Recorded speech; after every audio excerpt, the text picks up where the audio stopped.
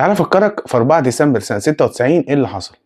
لو كان الحلقة دي بعملها من سنة ما اعتقدش ان انا كنت ممكن اتكلم عن تاريخ ميلاد الشخص دوت، بس بسبب اللي حصل مؤخرا ده اللي خلاني ان انا اتكلم عنه. ساعتها اتولد اللاعب البرتغالي الراحل دييجو جوتا اللي لسه مفارق عالمنا من قريب.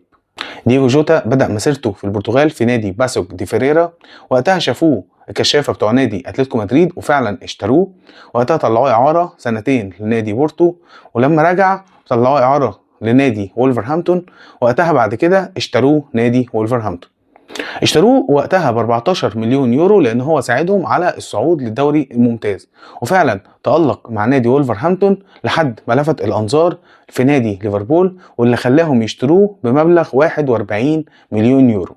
دييجو جوتا مع ليفربول يمكن ما كانش اساسي لفترات طويلة، الاصابات يمكن ضربته كتير، بس فعلا كان دايما يكون لاعب مؤثر سواء كلاعب اساسي او حتى كلاعب بديل، وده اللي خلاه حتى وهو لاعب مش طويل القامة قوي ولكن ضرباته الرأسية خرافية ورجله حلوة على الجون. بصراحة كان لاعب شبه متكامل، وتأثرت ليفربول بغيابه ورحيله.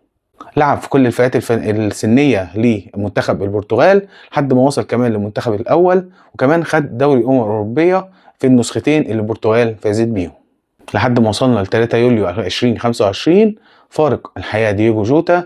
وطبعا في حادثة مأساوية هو واخوه، وتأثرت ليفربول ولعيبة ليفربول ولعيبة العالم كله، وكمان أداء حتى ليفربول فنيا تأثر بغياب دييجو جوتا. أنا كده خلصت، أشوفكم بكرة. تعال أفكرك.